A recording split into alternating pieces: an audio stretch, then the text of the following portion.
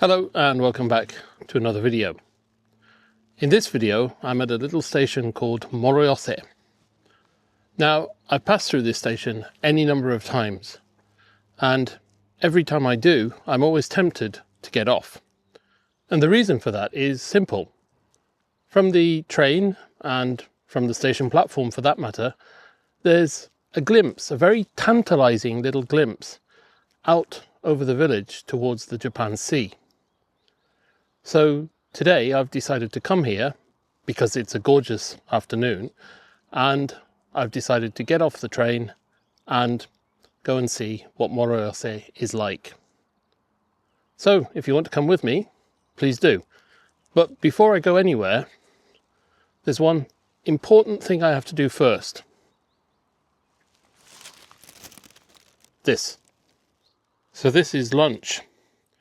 It's crab sushi, and I bought it in Tottori, but the train was too crowded to be able to eat it on the train, so I'm going to have it now. By the way, this is an ekiben. It's a packed lunch which has food specific to the station in question. So for Tottori, well, there are several ekiben, but this one is crab. So anyway, let's open it and see what it's like inside. It should be good. For the price, I hope it's good. Let's put it that way. So that's the first layer of wrapping off. Sorry if there's an echo, but the station waiting room is the only place where there's a seat. So I'm going to have to sit and eat in here, really. Anyway, let's open the whole thing. This looks good. So, without any further ado, itadakimasu. Gochitosama deshita. Okay, that was very good indeed, and well worth the money actually. And more than anything, I finished it just in time to be able to take some photos and video, for that matter, of the next train, the train back towards Tottori.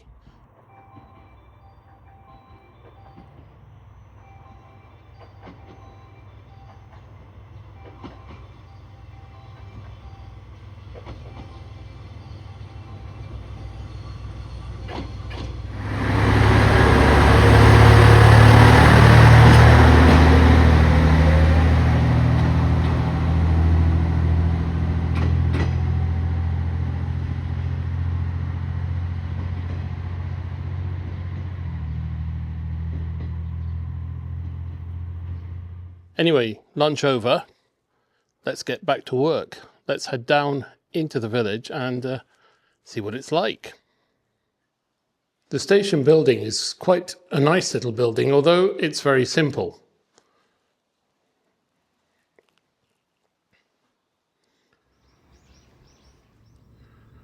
On the frame of the entrance out to the platform, there is some decorative carving, which is quite nice.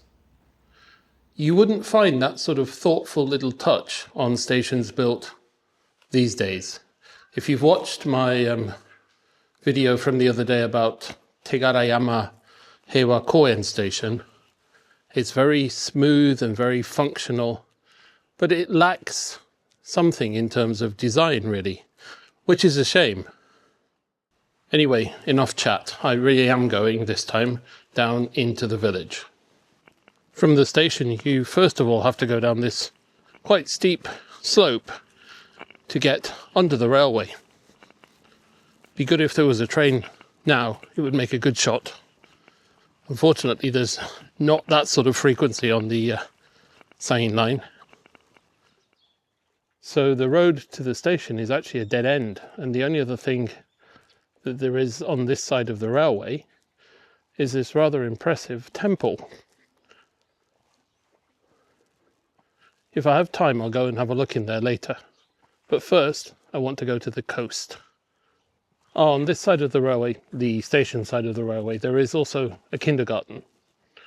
I'm guessing that the temple and the kindergarten are linked somehow. They quite often seem to be. First impressions of this village are that it is very quiet. very still. It's almost embarrassing to speak out loud. I feel like I'm disturbing some sort of silence that must not be disturbed. It's strange, really. Well, one thing you can definitely say is that it's not far to the sea. I would say it's going to be about a 3-minute walk from the station, and that's including having to go down and under the railway. So if you're looking for coastal stations, Moroyose is pretty good.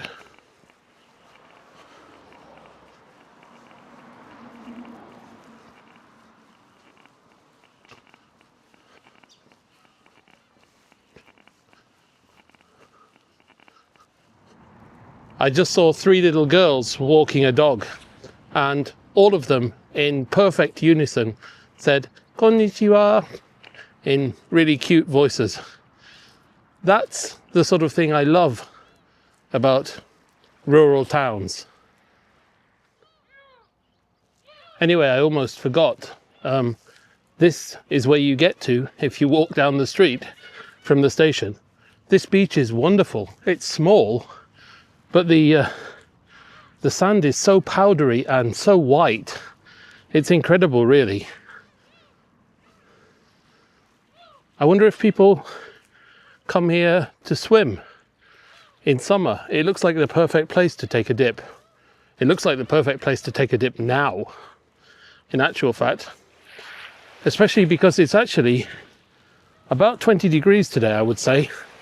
It's the first day that's really felt like spring properly this year. It's perfect. I couldn't have chosen a better day to come here. I could finish the video here, in fact. I could just sit here for hours looking at the waves lapping against the shore and then catch the train back.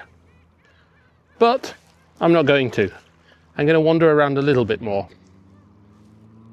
I just hope you appreciate what I do for these videos.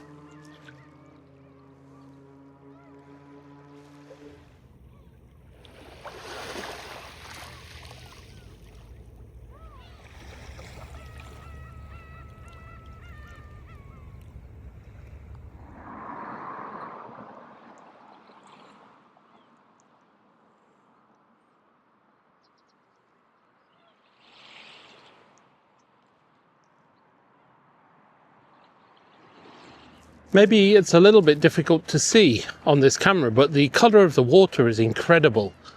It's like somewhere in Greece or the Mediterranean. Obviously Greece is in the Mediterranean, but you get my point. It's easy to see why this place was settled and became a fishing port. This circular cove is incredible.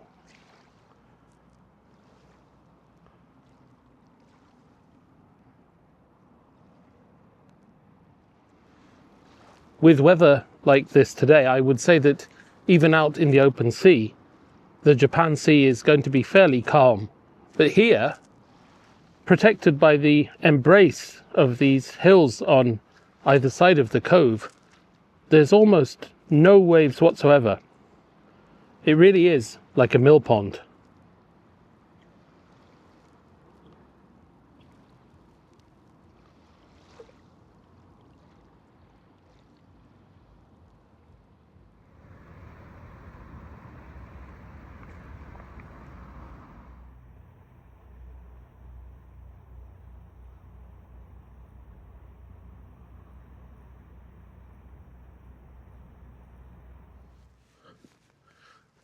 This really is such a beautiful place. I can't believe I've passed through Moroyose station so many times and never got off until now. Still, better late than never.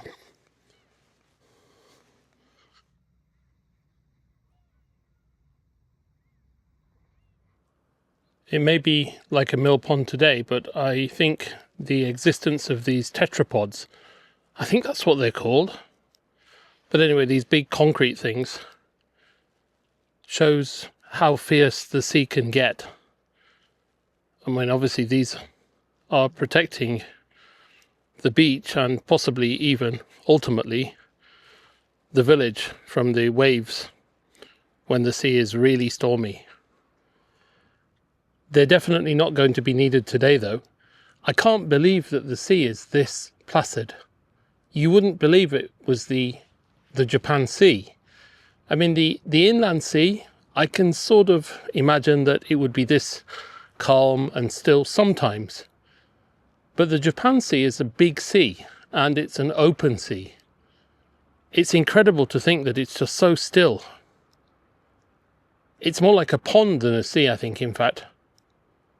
It's wonderful.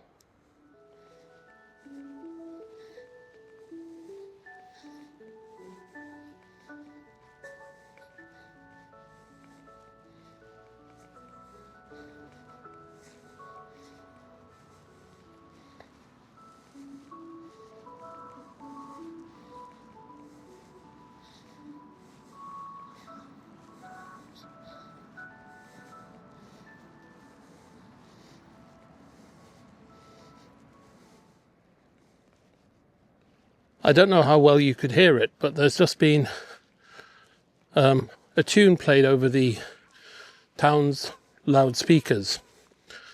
And it's basically played at 5 o'clock in winter, so I think until April, and then at 6 o'clock in summer. And, well, it basically means go home. I think it originated as a way to tell children that it was time for them to go home after they'd been playing outside or whatever. Not that children play outside so much anymore, but I think it was also intended for people working in the fields who might not have access to a clock, also to know what time it was and that it was time to maybe stop work and go home. It's normally not played in big cities. It's only small towns, generally in rural areas. It used to be played every night in Etajima, where I used to live. So it's very natsukashi, to use a Japanese word. It's sort of nostalgic. It brings back good memories. Anyway, if it's 5 o'clock, that means that I only have about 40 minutes before my train. I'd rather hoped to be able to explore Moroyose a little bit more. But this beach is so beguiling, so wonderful, that, well, to be honest, I'll be happy if this is all I see. You know, I can see why young people move away from areas like this to larger towns and cities, primarily for work. But if it was me, I would never want to leave this place. It really is an incredible place. It's just so breathtakingly beautiful. I might move away if I had to for work or whatever, but I know very well I would be back every chance I got.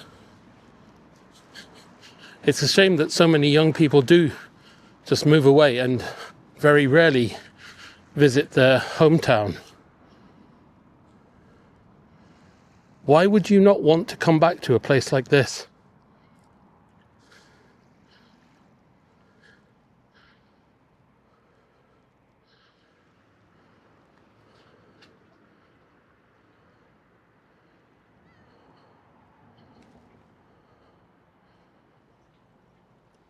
I'll tell you what else is nice. It's nice that the village seems to have a little bit of life. I've noticed a few restaurants and a few places selling seafood, presumably, given the location of this place, very fresh indeed. Now, I'm not sure how many of those restaurants and shops are just for tourists, and how many of them are actually used by locals, but still, you can't deny that it's nice that they exist. Even the gulls seem to love this place. I certainly do, I know that. This is the fishing port. Now, I'm not sure how far I can go into here, so I'm going to be a little bit careful, but I think I can probably go to the edge of the water without anyone getting angry at me or anything. What's nice is that it does seem to be a working port.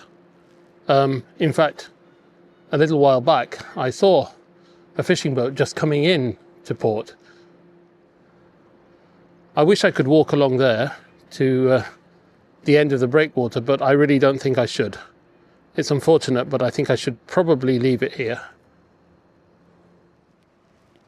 Of course, this is Hamasaka, and Hamasaka is famous for crabs. In fact, JR run a special service in winter called Kani Kani Hamakaze, which is like a day trip to Hamasaka to eat crab from Osaka and Kyoto, maybe, I think, certainly from Osaka. So if JR are doing that, you can see that it really is a famous place to eat crab. And of course, that would explain why there were the restaurants and seafood shops. I'm not going to buy any crab because I've just had that crab sushi, which, as I say, was wonderful. But more than that, I could never cook a crab. No way. It is a shame in a way, though. No matter how good that crab sushi was, I think really, really fresh crab, literally just caught, would be something else completely. I'd love to try it someday. I've just seen the same little girls again, and once again, perfectly, they said "Konnichiwa" in unison. I wonder if they'd forgotten that they'd seen me 30 minutes or so ago. Of course, I replied to them. It would be rude not to. But it is lovely that people still greet each other like that. Little bit of fishing nerdery here. You see those like glass ball things on the boat? Well, that means it's a squid fishing boat. At night, the boats go out and they light those lights, and they're actually quite bright. And those lights attract the squid. Little bit interesting, really, isn't it? Thinking about it, Moroyose is a completely typical fishing village. The houses are crammed together along narrow streets, really shoved in between the hills and the sea. There's nothing special about it. It's completely real. And in the end, that is precisely what makes it special. To be completely honest, it's enchanting. All right, last thing. I've just got time to take a little look at the temple by the railway station. I'm pretty sure it's called Ryumanji.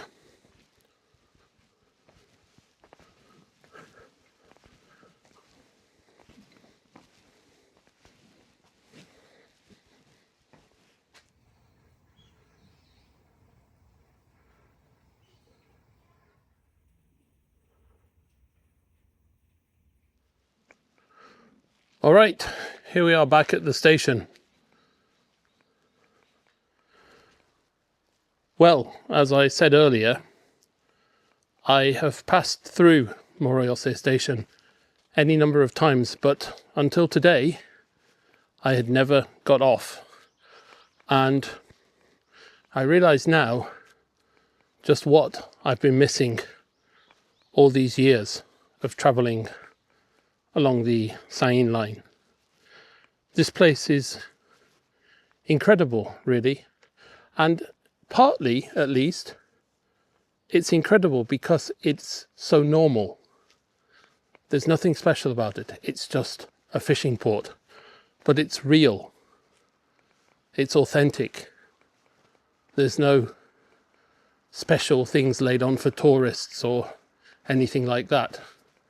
It really is completely authentic. I think that's the best word for it.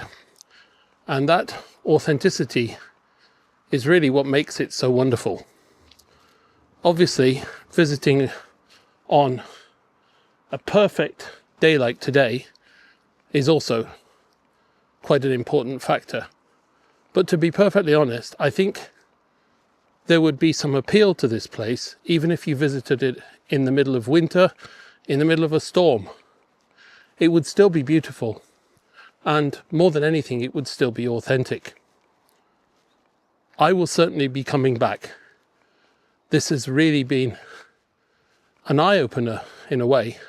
I can't believe I've just travelled through here so many times, and whilst I've always wondered about getting off, I've never made the time to get off, and I'm so glad I did that today.